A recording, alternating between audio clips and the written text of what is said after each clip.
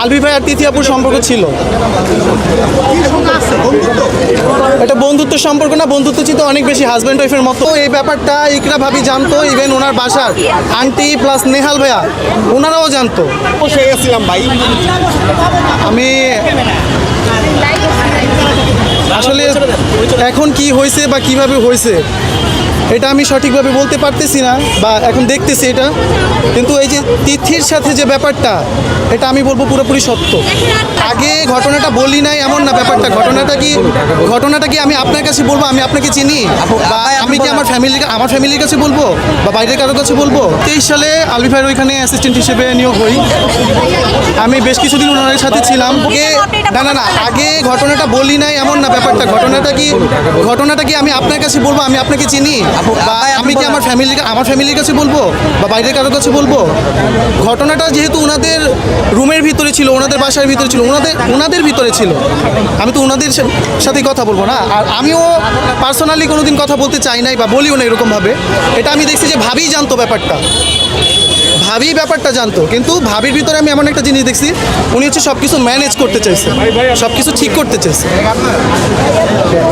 ঠিক আছে, এটা নিয়ে দেখা গেছে এই যে আমি নেহাল ভাইকে দেখলাম, নেহাল ভাই বলতেছে এরকম কোনো কিছু জানে না, আলভি ভাই আসলে উনি বলবে বা কি। কিন্তু আমি বলবো কি যে এটা না জানার কি আছে, আমি তো নিজের চোখে দেখছি আলভি ভাইয়ের মা এটা নিয়ে ভাবির সাথে কথা বলতেছে যে তুমি এইভাবে না এইভাবে করো, ওই মেয়েটাকে আমার মনে হয় এরকম করি ওইরকম করি। ওনাদের সম্পর্ক ছিল।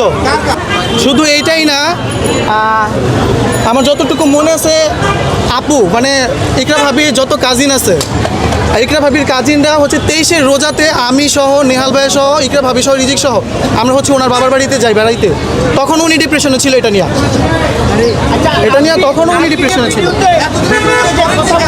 এতদিন প্রকাশ করি নাই কেন?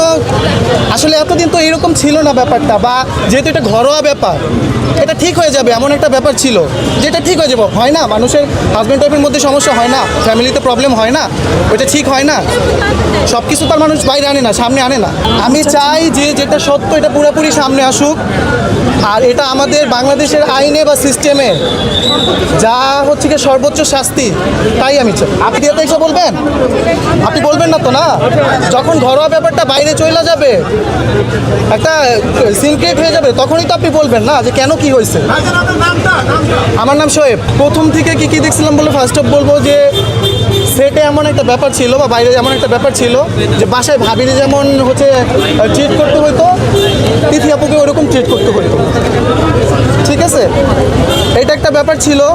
আবার হচ্ছে গিয়া থাকে না একটা জিনিস, এখন হচ্ছে ধরেন আপনার আমার পরিচিত বা খুব ভালো বন্ধু, ঠিক আছে, এখন আপনি এদের মাঝখান থেকে যে কোনো একজনের সাথে আমার হচ্ছে গিয়ে কেমন সম্পর্ক বা কি, এটা কি মানুষের চোখে পড়ে না? মানুষ কি দেখে না? আর এটা অনেকে জানে, মিডিয়ার অনেকে জানে। আমার জানা মতে এটা মিডিয়ার অনেকে জানে। আমি প্রভাবপুর একটা ভিডিও দেখছি, তারপরে হচ্ছে গিয়া কি বলে আদিবাসী মিজান, ক্যারি করতে পারবো না। আমার ভালো লাগছে ব্যাপারটা যে ওনারা সত্যি কথাটা বলতে পারে, যদি হারিয়ে গেল পড়ে গেল, ঠিক আছে। আর প্রভাব তখন কি করবো? হচ্ছে ওনার ভিডিওতে যা বললো যে ওনার সাথে শেয়ার করছে, ইভেন হচ্ছে প্রভাবু হচ্ছে ওনাকে বুঝাইছে, ঠিক আছে। একদিন এমন হয়েছে স্টেট থেকে প্রভাবপুর গাড়ি দিয়ে আমি ভাবি আর প্রভাব আসতেছিলাম, আমার সামনে প্রভাব বুঝাইছে, আমার সামনে প্রভাবও বুঝাইছে, এটাও সত্যি।